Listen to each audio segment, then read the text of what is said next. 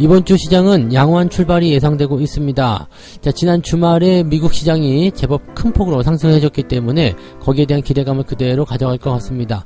다만 이제 재료적인 측면에서는 은행의 위기감이 지속되고 있다는 부분과 물가지표가 크게 변화하지 않았다는 내용들, 또 실업률은 여전히 좋은 수준을 유지하고 있다는 것들이 연준의 압박감을 계속적으로 이어가게 될 것이다라는 전망도 같이 나오고 있습니다. 자, 국내 증시에서도 여러가지 의견들이 갈리고 있는데요. 자, 이번 주 시장 전망에 대해서 같이 알아보도록 하겠고요.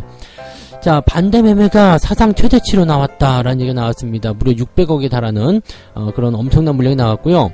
자, 지난번 이제 SG증권발 그 주가 조작에 연루됐었던 8개의 종목들의 신용 잔고율이 이제는 0%대로 내려갔는데, 그 내용을 좀 살펴보게 되면 이제 반대 매매가 대부분 다 청산됐을 것이다 라고 볼 수 있는 모양이 되겠죠.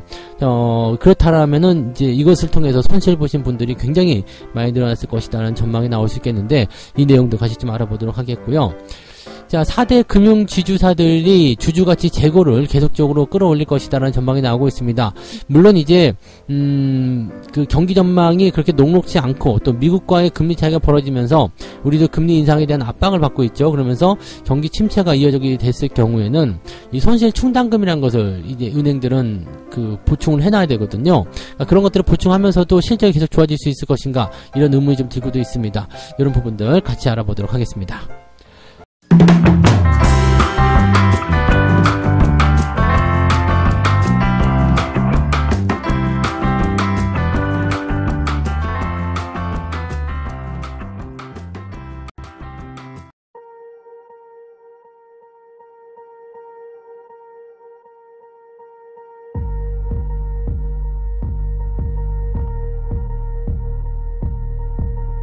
네, 반갑습니다. 자, 오늘은 5월 8일 월요일입니다. 오늘은 어버이날입니다. 어버이날이니까 또 부모님께 또 전화 한 통씩 드리시는 것도 좋지 않을까 생각해 봅니다.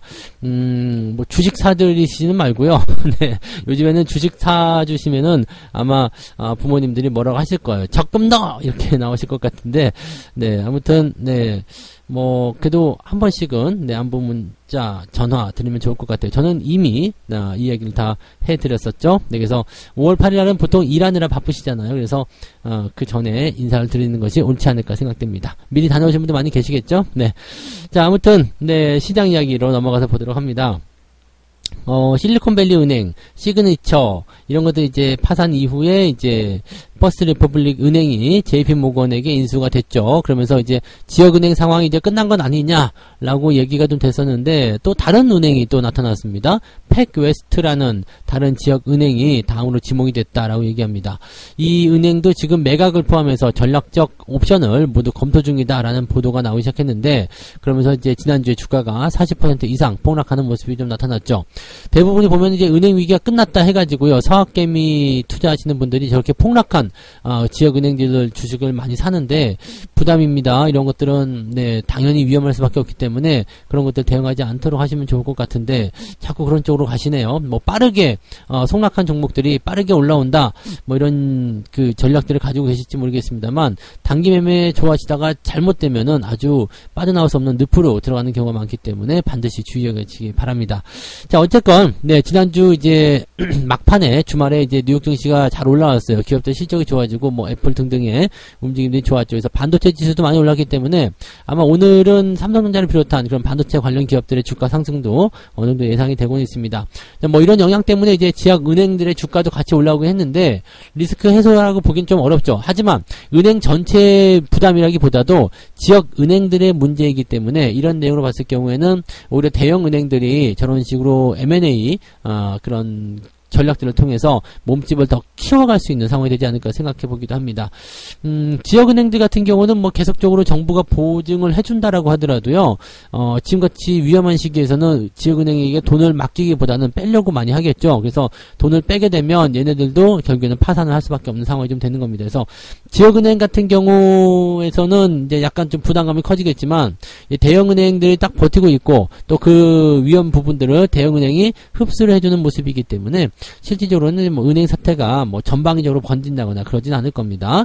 자, 하지만 이번 지역은행 관련한 부분들에서는 이제 공매도가 계속 늘어나고 있다는 것, 그래서 변동성이 커지고 있기 때문에 얼마든지 뉴스거리로 나올 수 있다라고 보시면 되겠습니다. 지역은행들이 연쇄적으로 이렇게 파산을 하게 된다면 아무래도 심리적인 부분에서 영향을 줄 수밖에 없죠. 시장 전체에게 큰 영향이 되지 않는다고 하더라도 또 파산에 대한 어떤 부분이 나오지 않는다고 하더라도 이전 심리 투자에 대한 부분들이 상당히 위축될 수 있기 때문에 거기에 따른 주의는 좀 필요할 것 같습니다. 이게 이제 가장 큰 또 하나의 악재인 것 같고요. 자, 그 다음에 보실 만한 내용은 이제 경제 지표들 보셔야 되는데 CPI가 이제 지난달과 비슷한 상황으로 나올 것 같으로 예상되고 있습니다. 지금 뉴스상에서는 전년 동기 대비 뭐 5.6이다 이렇게 해가지고 뭐 이렇게 나오고 있습니다만 전년에는 5.0이었죠. 그래서 5.0이 타자가 좀 잘못된 것 같아요. 수치가. 그래서 5.0이 그대로 나올 것이다 라고 전망이 되고 있습니다. 네, 그런 부분이고요. 뭐 근원이라거나 뭐 이런 쪽도 다 비슷하기 때문에 전달과 비슷한 수준일 것이다. 그래서 이쪽에 대한 부분들 보게 되면은 여기 더 많이 줄어들어야 되거든요. 왜냐면 연준이 제시한 이 물가 상승률은 2%대이기 때문에 아직도 2배 이상 높잖아요. 그러면은 이게 이제 계속 줄어드는 쪽으로 가게 되면 그래도 좀 괜찮은데 멈춘다거나 아니면 살짝 좀 올라온다거나 이렇게 돼버리게 되면 물가가 안정세를 찾아가고 있음에도 불구하고 시장에 부담을 줄 수밖에 없다 보시면 됩니다. 여기서 재밌는 말을 써놨는데요. 인플레이션은 로켓처럼 올라가고 깃털처럼 내린다. 이런 말이 있었다고 합니다. 그래서 물가 상승률이 매우 느린 속도로 진행되고 있어서 연준이 지속적으로 여기에 대해서 뭔가 말의 힘을 좀 실어갈 수 있는 그런 내용이 아닐까 생각되기도 하겠습니다. 여기다가 실업률, 네, 같은 부분들이 굉장히 또 좋게 나왔어요. 4월달 실업률이 3.4가 나왔습니다. 그래서 반세기 만에 최저치를 기록했다라고 되어 있고요. 비농업 부문의 고용이 전달보다 25만 3천 명이나 증가했다고 얘기 나왔습니다. 예상치를 훌쩍 뛰어넘는 모습이죠. 고용이 좋고 이렇게 기업들 실적도 나쁘지 않고 또 실업률도 굉장히 낮은 상황이다. 자, 이렇게 된다라면은 연준이 6월달에도 금리를 인상하게 될 가능성이 높겠죠. 금리 인상에 대한 어떤 부분들은 이제 이번이 끝 아니면 이제 6월달이 끝이다라고 이제 알려져 있습니다만 이런 식으로 경제지표가 계속해서 얘기가 나오게 된다면 6월달에 우리가 바라는 금리 동결이 아니라 금리 인상을 한 번 더 할 수도 있다 이렇게 얘기가 나올 수도 있겠습니다. 그래서 지금 이번 주는 약간의 어떤 부담감은 좀 가지고 있지만 지난 주말에 워낙 기업들 실적이라든지 뭐 기대치들이 높게 나오면서 주가가 이제 상승하는 모습을 좀 보여줬죠. 그리고 뭐 생각했던 것보다 이제 경제지표가 그렇게 썩 나쁘지도 않습니다. 그렇기 때문에 뭐 이번 주는 무난하게 좀 주가 상승 흐름을 보이지 않을까 생각되는데 한 가지 걱정되는 부분은 이제 오늘 주가가 상승해요. 그래서 상승하고 출발하고 이제 분위기 좋게 만들어졌을 때 주 후반부에 나타나는 만기일, 이 만기일이 또 발목을 잡을 가능성이 높다는 얘기죠. 그래서 이런 부분들은 좀 주의하면서 가셔야 되지 않을까 생각합니다. 전강 후 약으로 갈 수도 있어요. 그래서 이 부분들 주의하시고요. 국내 증시 한번 같이 보게 되면은요. 어닝 시즌 이번 주에도 이제 실적 발표에 따른 개별 종목들의 장세가 이어질 것이다. 즉 시장 전체를 끌어올린다기보다는 개별주들의 움직임들이 잘 나올 것이다 보여지는 부분이죠. 또 만약에 이제 반도체 지수라든지 미국장이 올라간 것에 대한 영향으로 이 대형주 쪽에 움직임들이 잘 나오게 된다면 주가가 상승할 수 있는 가능성이 있겠다라고 보시면 되겠습니다.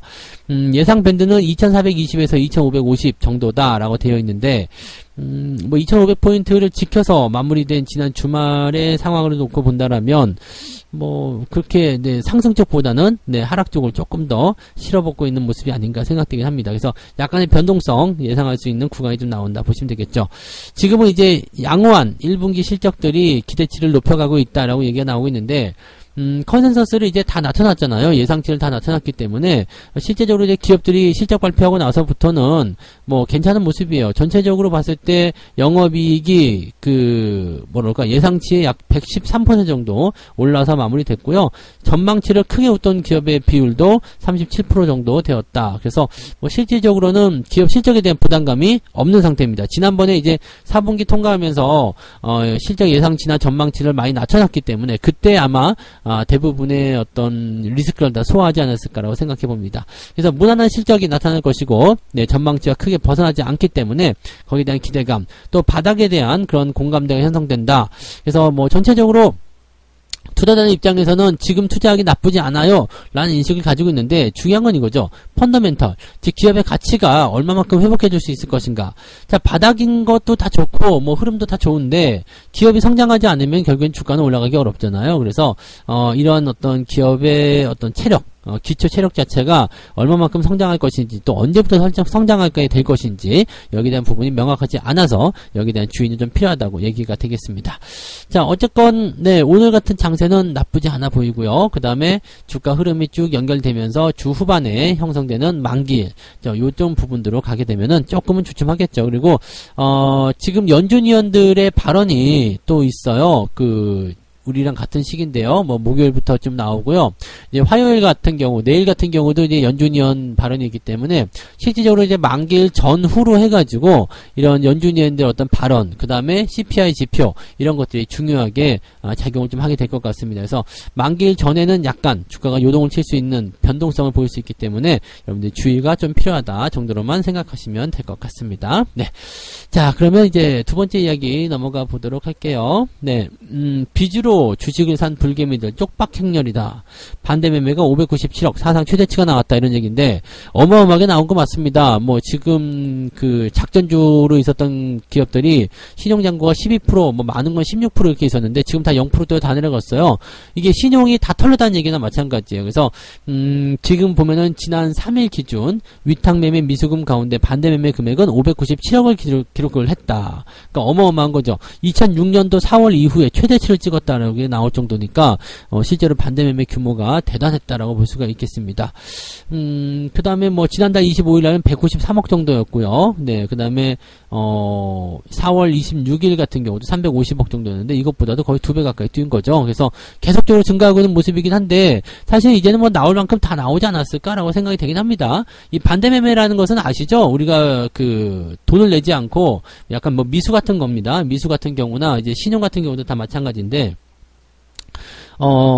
요거를 이제 빚내는 거예요, 빚내서. 미수 같은 경우는 뭐 이틀 안에 갚으면 되는 거고, 신용은 이제 정해진 기간 안에 갚으면 되는 건데, 중요한 건 여기에 증거금이라는 게 있죠. 그래서, 증거금의 어떤 부족 현상이 일어나게 된다라면, 그 전에 청산이 들어가게 됩니다. 근데 이 청산을, 할 때 증거금을 더 납부하시겠어요? 라고 얘기를 먼저 하거든요. 근데 내가 돈을 낼게, 뭐 현금이 좀 있다 그러면은 돈을 내면은 그냥 상관이 없는 건데 돈이 없으니까 빚을 냈을 거 아닙니까? 그러니까 반대 매매는 거의 대부분 반대 매매 들어갑니다. 그러면 어쩔 수 없이 당할 수밖에 없어요. 그럼 다 털려버리게 되는 상황이 나오게 되는데 그러면 뭐 원금뿐만 아니라 손실 자체도 어마어마하게 나올 수밖에 없겠죠. 지금 그런 게 일어나고 있다 보시면 되겠습니다.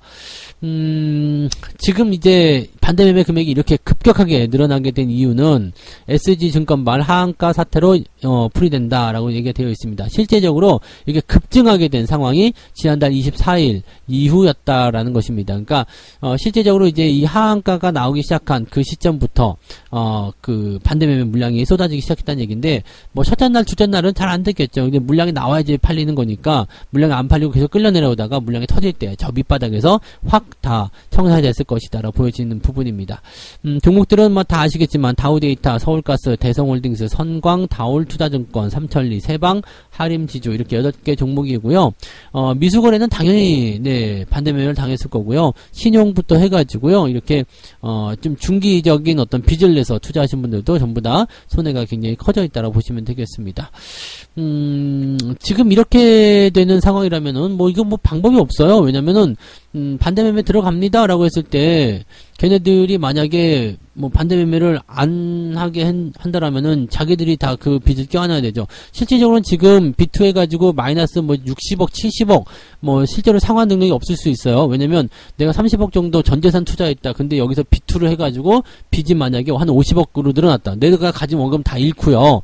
네, 그 다음에 빚이 한 50억 나왔다. 그러면 이걸 뭐 어떻게 무슨 수로 갚을 거예요? 그러니까 뭐 대부분이 이제 갚을 수가 없다면 파산을 하게 되는 거고 나한테 뭐 유동자산이나 부동산 뭐 등등등 여러 가지가 있을 때 그것을 일단은 먼저 압류해서 청산이 된 다음에 그 빚을 갚고 나서 남은 게 있으면 또 다시 빚이 되는 거고요. 그걸로 해소가 되면은 상관없는 거고. 근데 뭐 대부분 아시겠지만 뭐 전재산을 집어넣을 때 뭐 남는 돈만 집어넣는 게 아니잖아요. 뭐 이거 담보 맡기고 저거 담보 맡기고. 왜냐면 몇십억씩 집어넣으려면 그게 현금으로 막 돌아다닌다기보다도 뭐 이것저것 뭐 부동산이 있는 거 뭐 담보 잡혀서 대출 받아가지고 집어넣는다든지 이런 식으로 많이 갔을 거란 말이죠. 그러니까 실제적으로 이제 이 사람들이 반대매매를 청산을 하게 됐을 경우에는 남아있는 재산들을 다 털어가지고 증권사가 빚으로 나와있는 걸 다 가지고 가겠죠. 그럼에도 불구하고 청산이 안 되는 게 있을 거예요. 뭐 한 1, 2억 정도 집어넣었는데 한 4, 5억 정도 손실이 났다. 그러면 뭐 지금 남는 게 하나도 없을 수 있거든요. 그러니까 그렇게 됐을 경우에는 어떻게 되느냐,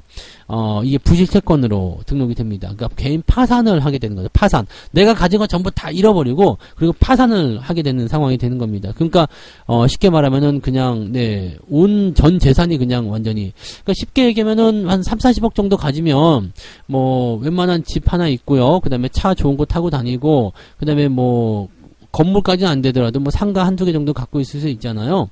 그리고 뭐 부족함 없이 살 수 있겠죠. 근데 그거 한순간에 다 날아가고요. 그냥 빚만 몇십억이 생기는 거가 되는 겁니다. 이거 뭐 어떻게 쉽게 극복할 수 있는 부분이 아니겠죠. 그러니까 이런 사례가 굉장히 많이 늘어나고 있다는 얘기가 되는 거죠. 그러니까 빚내서 투자하는 것이 그렇게 무서운 겁니다. 그러니까 이렇게 빚내서 투자하는 것도 이 작전 주식 같은 경우는 내가 빚을 내고 싶어 낸 게 아니잖아요. 나도 모르는 사이에 명의가 도용된 거나 마찬가지지만 뭐 그렇다고 하더라도 봐주는 게 없어요. 그러니까 항상 돈을 다룰 때는요, 내가 어떻게 투자하고 있는지, 어떤 식으로 투자하고 있는지 이런 것들을 반드시 확인하셔야 되는 거고, 내가 아니라 다른 사람이 내 돈을 가지고 쭈물럭쭈물럭 거린다, 이것 자체도 사실 말이 안 됩니다. 모든 책임은 다 나에게 돌아오기 때문에 여러분들이 투자를 할 때는 항상 내가 스스로 판단하고 스스로 결정하고 대응할 수 있는 그런 환경들을 가지고 있어야 됩니다. 그리고 내가 가진 주식이 어떻게 움직이고 있는지, 당장 뭐 돈 버는 건 욕심이 날 수 있겠지만은 그런 달콤한 유혹에 빠지게 되면 결국에는 큰 피해를 볼 수 있다는 것을 꼭 명심하시기 바랍니다. 뭐 신용 물량이라는 이거 다 털려가지고 지금은 이제 뭐 청정하게 되었다 이런 얘기도 나오지만, 뭐 이 거래량도 별로 없는 주식이고 이런 종목들이 이제는 신용까지 없다 그러면은 주가가 올라갈 이유가 거의 없다고 보시면 됩니다. 그래서 상당히 오랜 시간 동안 바닥을 기어다닐 수 있기 때문에, 또는 더 추가적으로 하락할 수 있기 때문에 가급적이면 대응하지 않고 쳐다보지 않는 것이 유리하다. 아직도 들고 계신다라면 뭐 한꺼번에 팔기 어렵다면 비중을 조금씩이라도 줄여가지고 매매를 하시거나 그렇게 가시는 게 유리할 것 같아요. 저는 제 입장에서는 그냥 뭐 지난번에 말씀했지만은 주가 좀 올라갔을 때라도 다 팔아버리시는 게 유리하다라고 말씀드렸는데, 뭐 따로 전략이 있으신 분들은 절대로 리스크 과하게 실지 말고 대응하실 것을 권장해 드립니다. 자, 세 번째 이야기 넘어갑니다. 주주가치 재고에 나선 4대 금융지주. 이제 은행주들 이야기예요. 은행주들이 이제 주주가치 재고한다 어쩐다 해가지고 주가 많이 올랐었잖아요. 그리고 나서 이제 주가 다시 한번 떨어졌었는데, 이걸 다시, 이어갈 수 있을 것인가에 대한 부분이 이야기되고 있습니다. 주주가치 재고에 속도를 낼 수 있었던 배경은 금융당국이 그간 주문했었던 손실 흡수 능력. 이건 뭐냐면 이제 부실 채권에 대한 이야기들입니다. 쉽게 얘기하면은 이제 돈을 빌려간 사람들이 금리가 높아지고 막 하니까 돈을 갚아내거나 이자를 줘야 되는데 이걸 감당이 안 되니까 그냥 에라 모르겠다, 파산이다, 돈 갚을 능력 없다, 이렇게 되면 이제 부실 채권이 되는 거거든요. 그러니까 그런 것들에 대해서는 이제 손실 흡수 능력. 왜냐면 부실 채권이 많아져가지고 은행 자체가 휘청거리면 안 되잖아요. 그러니까 그것을 이제 대응할 수 있는 어떤 손실 충당 같은 거죠. 이것을 이제 딱 그 은행에 보유하고 있어야 된다, 이런 겁니다. 그 퍼센테이지 정해져 있는데 요것을 이제 금융당국이 조금 강화를 시켰어요. 근데 그럼에도 불구하고 요거를 더 그 능력을 강화시켜줬단 말이에요. 그 조건에 부합하게끔 만들어줬고, 여기다가 플러스 양호한 실적까지 나오게 되니까 배경도 굉장히 좋아진 거죠. 그러니까 이렇게 되면 이제 배당 주고요, 그 다음에 자사주 소각, 매입 등등등이 나올 수 있다 보시면 되겠습니다. 지금 1분기 배당 같은 경우는 분기 배당 나오게 됐는데요. KB금융지주, 신한금융지주, 하나금융지주가 이제 분기 배당 나섭니다. KB금융이 510원이고요. 신한지주는 525원, 하나금융지주가 주당 600원에 분기 배당에 나섭니다. 이 기업들은 1분기 중에 모두 자사주 매입 및 소각을 했었던 기업들이기 때문에, 역시 뭐 은행주들은 지방에 조그만 거 말고요. 역시 대형주 중심에 있는 거 사시는 게 유리할 것 같긴 합니다. 그래서 이 금융지주들이 지금 어디까지 이 손실 뭐 주주가치 재고를 올릴 것이냐, 이런 부분인데, 최대 목표치를 이제 35% 수준으로 제시를 하고 있었습니다. 연초에요. 그래서 KB금융 같은 경우는 33%까지 끌어올렸고요. 신한금융지주는 30%, 하나금융지주는 27%, 그 다음에 우리금융지주는 26%입니다. 그러니까 KB금융지주가 지금 주주가치 제고가 가장 높은 수준이다라고 보시면 되는 거죠. 뭐 이렇게 되어 있는데 문제는 이제 이거예요. 이 목표치를 달성을 하기 위해서 뭐 KB금융 같은 경우는 조금 여유가 있겠습니다만 다른 것들은 아직 그 목표치하고 좀 벌어져 있잖아요. 그러니까 이거를 달성시키기 위해서는 배당을 더 많이 주거나 또는 지속적으로 자사주를 매입해서 속각하는 그런 경우밖에 없다고 보시면 되는 거거든요. 그러니까 쉽게 얘기하면은 KB금융지주 같은 경우는 이제 어느 정도 목표치에 도달했으니까 그런 거 별로 없겠지만 신한금융이나 하나금융, 우리금융 같은 경우는 목표치 도달을 위해서 더 많은 배당금을 주고 더 많은 자사주 매입을 할 수밖에 없다라는 얘기가 되는 거죠.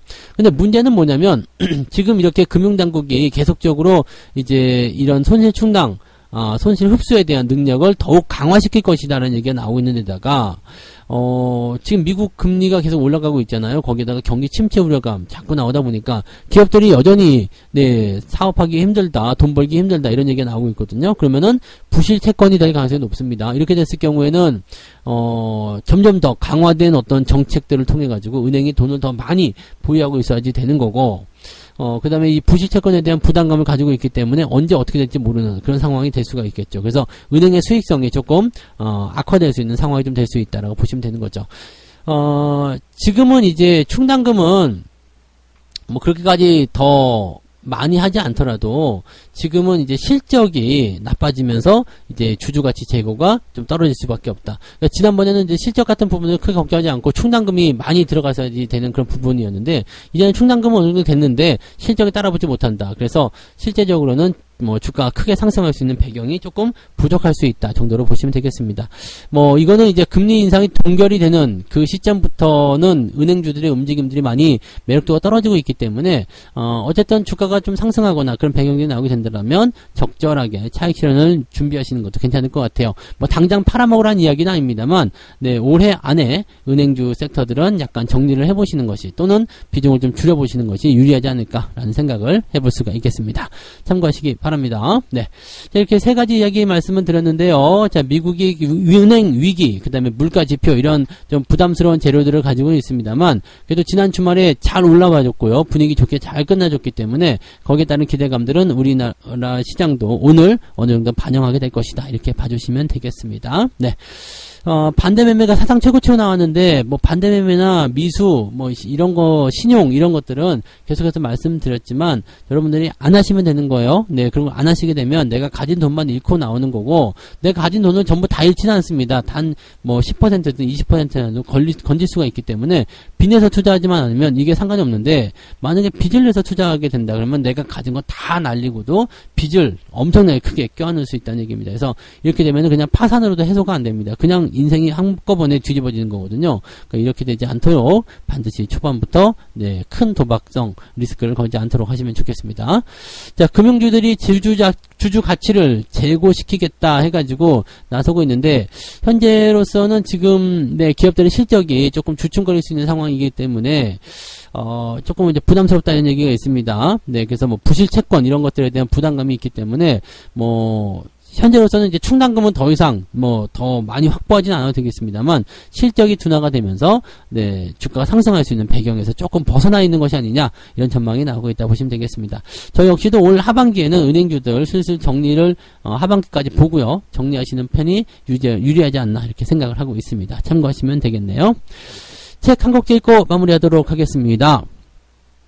우리는 지속적인 수익을 올리고 전망 있는 사업을 하면서 장래에도 지속적으로 좋은 수익을 낼 수 있을 것으로 기대가 되는 그런 회사를 찾으려고 노력하고 있다. 주식을 낮은 가격으로 매수하는 것도 중요하긴 합니다만 투자할 회사의 건전성에 대해서 신중히 고려해야 할 것이다 라고 얘기를 했답니다. 누가요? 짐 로저스가. 뭐 리스크를 관리하는 부분들은 당연히 필요한 거고요.